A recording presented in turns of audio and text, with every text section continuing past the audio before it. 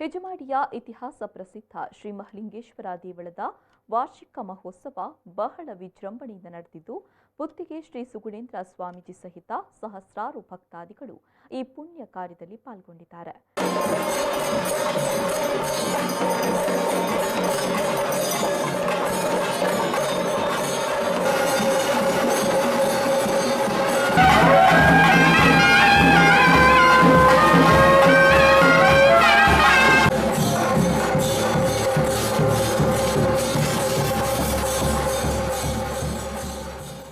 ಸುಮಾರು 10 ಕೋಟಿ ರೂಪಾಯಿ ವೆಚ್ಚದಲ್ಲಿ ಜೀರ್ಣೋದ್ಧಾರ ಪ್ರಕ್ರಿಯೆ ಆರಂಭಗೊಂಡು ದೇವರ ಅಪ್ಪಣೆಯಂತೆ ಒಂದು ಹಂತದ ಜೀರ್ಣೋದ್ಧಾರ ಮುಗಿಸಿ ವಾರ್ಷಿಕ ಉತ್ಸವ ನಡೆದಿದೆ.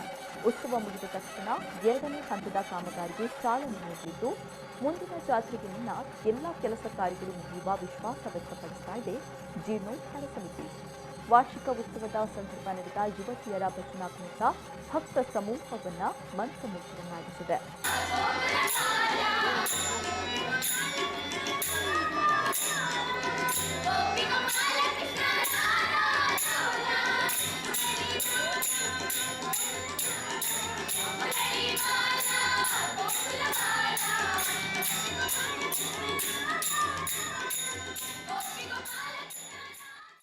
ಜಾತ್ರೆಯ ದಿನ ಮಧ್ಯಾಹ್ನ ಹಾಗೂ ರಾತ್ರಿ ನಡೆದ ಸಾರ್ವಜನಿಕ ಅನ್ನ ಪ್ರಸಾದವನ್ನು ಸಹಸ್ರಾರು ಭಕ್ತಾದಿಗಳು ಸೇವಿಸಿದ್ರು.